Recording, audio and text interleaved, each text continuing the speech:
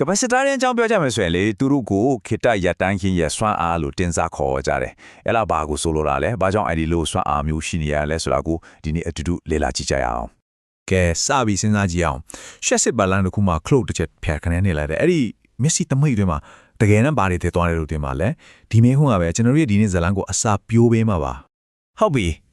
အဲ့ဒီတော့ကျွန်တော်တို့ဇလန်ရဲ့အဓိကစာကောင်ကိုမိတ်ဆက်ပေးပါမယ်သူကတော့ capacitor ပါသူ့ကိုပတ်လန်းရဲ့အားသွင်းတော်လောင်ကန်လို့လည်းခေါ်လို့ရတယ်ရေလောင်ကန်လေးတစ်ခုလိုပဲပေါ့သူ့ရဲ့တိဆောက်ပုံကိုကြည့်ရင်လေအရန်ကိုယူရှင်းပါတယ်ရက်စစ်စီးနိုင်လေပစ္စည်းပြားနှစ်ခုအဲ့ဒါကို conductor လို့ခေါ်တာပေါ့အဲ့ဒီနှစ်ခုကြားမှာလျှက်စစ်မစီးတဲ့ပစ္စည်း dielectric လို့ခေါ်တဲ့လျှက်ကားတစ်ခုနဲ့ခြားထားတာပဲဖြစ်ပါတယ်ဒါဆိုသူ့ရဲ့အဓိကအစွမ်းရည်ကပါလားအဓိကဆုံးတော့လက်ဆက်စွမ်းရည်ကိုတော်လောင်တာပါပဲအားပြန်သွင်းလို့လားလေ battery အသေးစားလေးလို့ပေါ့အားသွင်းတဲ့ electrostatic field တစ်ခုကိုဖန်တီးတယ်ပြီးတော့အရေးကြီးဆုံးတစ်ချက် voa ရုပ်တရက်ပြောင်းလဲတာကိုခုခံပေးတယ်ဒီချက်ကအရင်အရေးကြီးပါပဲသူကတည်ငြိမ်မှုကိုထိမ့်မိတယ်သူပေါ့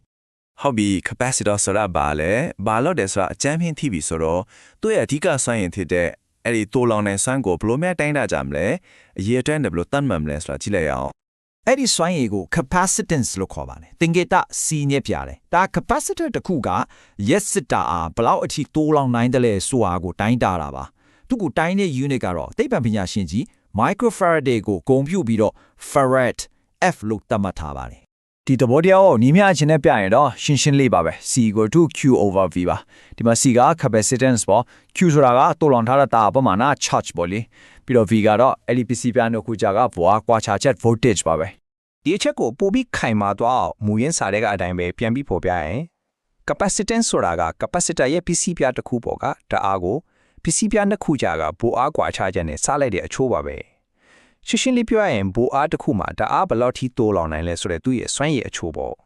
့ကဲအခုကျွန်တော်တို့ရဲ့ဇလန်းကိုစပြီးလှုပ်ရှားစေမယ့်အဓိကအခိုက်အတန့်ကိုရောက်လာပါပြီအဲ့ဒါကတော့ပလန်းကိုအသက်ဝင်စေမယ့်ခလုတ်နေလိုက်တဲ့အချိန်ပါပဲဒီမှာမြင်နေရတာကတော့ကျွန်တော်တို့ဇလန်းရဲ့ဇက်ခုံပေါ့ရုပ်ရှင်နဲ့ resistor capacitor ပတ်လန်း RC circuit လို့ခေါ်ကြတာပေါ့ resistor နဲ့ capacitor ကိုတစ်ဆက်တည်းတန်းဆက်ထားတာပါခလုတ်မနိတ်ခင်မှာတော့အရာအလုံးကငြိမ်သက်နေတဲ့တည်ငြိမ်တဲ့အခြေအနေမှာရှိနေပါတယ်ပြီးတော့ဖြတ်ခလုတ်ကိုနှိပ်ချလိုက်ပြီအချိန်ကိုတူညလို့သတ်မှတ်လိုက်မယ် t = 0ဒါအရာအလုံးပြောင်းလဲသွားမယ့်အခိုက်အတန့်ပါပဲအခုလိုမျိုးခလုတ်နှိပ်လိုက်တာတော့ဖွင့်လိုက်တာတော့လို့ရုပ်တရက်အပြောင်းလဲဖြစ်သွားတာကို transient event လို့နီးပညာရခေါ်ပါတယ်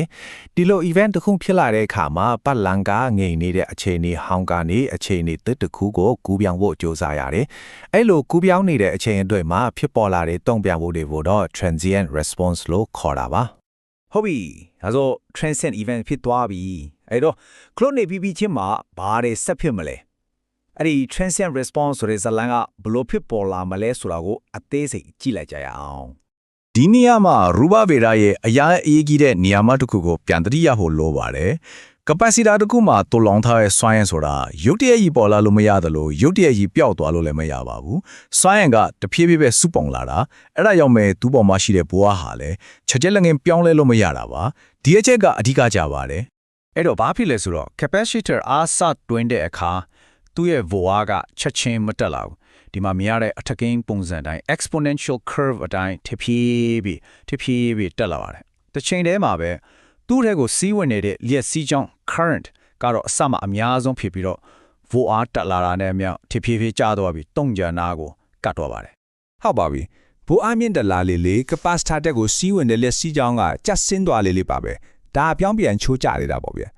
ရေပုံးထဲကိုရေထည့်တဲ့ဥပမာနဲ့ပြန်တွေးကြည့်ရင်ရှင်းသွားပါလိမ့်မယ်။ပုံးထဲမှာရေများလာတော့ရေဖိအားများလာတယ်။အဲ့ဒီခါအပြင်ကနေရေစီးဝင်တဲ့နှုံးကတဖြည်းဖြည်းနှေးသွားတာမျိုးပေါ့။ဒါမဲ့ဒီလိုအားသွင်းနေတဲ့အကူအပြောင်းကာလ transient response ကာလဟာထာဝရတော့မဟုတ်ပါဘူး။အရာအလို့ကနောက်ဆုံးမှာတော့အဆုံးသက်တစ်ခုပုံမှန်အခြေအနေတစ်ခုကိုရောက်ရှိလာမှာပါ။အဲ့ဒီကူပြောင်းမှုကဘယ်လောက်မြန်တယ်လဲဘယ်လောက်နှေးတယ်လဲဆိုတာကိုတိုင်းတာတဲ့ကိန်းတစ်ခုရှိပါတယ်။အဲ့ဒါကို time constant လို့ခေါ်ပြီး Greek အခရာတောင်DAUW နဲ့ဖြော်ပြပါတယ်။သူကဒီအားသွင်းတဲ့ဖြစ်စဉ်ရဲ့အမြန်နှုန်းကိုပြပေးတဲ့ကိန်းတွေတစ်ခုလိုပါပဲ။ RC ပလန်တစ်ခုမှဆိုရင်တော့တောက်ကိုတွေ့ရတာလွဲပါတယ်။ resistor တန်ဖိုး R နဲ့ capacitor တန်ဖိုး C ကိုမြောက်လိုက်ရုံပါပဲ။အဲ့ဒီတော့လက်တွေ့မှာလက်စစ် engineer တွေကဘယ်ချိန်မှာအားပြည့်တွင်ပြီးပြီလို့သတ်မှတ်ကြတယ်လဲ။အလွယ်တုံးတဲ့စီးမြင်တစ်ခုရှိပါတယ်။အဲ့ဒါကတော့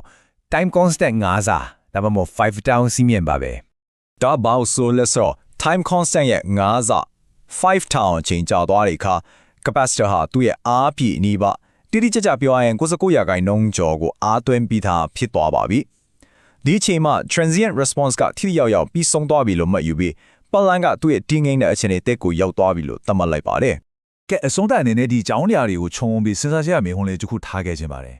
capacitor တွေမှာဘိုးကရုပ်ကြတဲ့ပြောင်းလဲတာကိုခုခံနိုင်တဲ့ဒီအခြေခံကြတဲ့ဂုဏ်တစ်ခုရှိနေတာကြောင့်ကျွန်တော်တို့သုံးနေတဲ့ chemical electronic ပစ္စည်းတွေကချင်းကိုက်စနစ်တွေ timing circuit မလိုအပ်တဲ့ signal တွေကိုစစ်ထုတ်တဲ့ filtering စနစ်တွေနောက်ပြီး computer တွေမှာမြန် memory တွေမှာတော့သူကဘယ်လိုများအခြေခံအုံမြစ်တစ်ခုအဖြစ်အသုံးဝင်နေတယ်လဲဒါကတော့နောက်ထပ်စဉ်းစားကြကောင်းတဲ့လေးလာစရာခေါင်းစဉ်တစ်ခုပါပဲ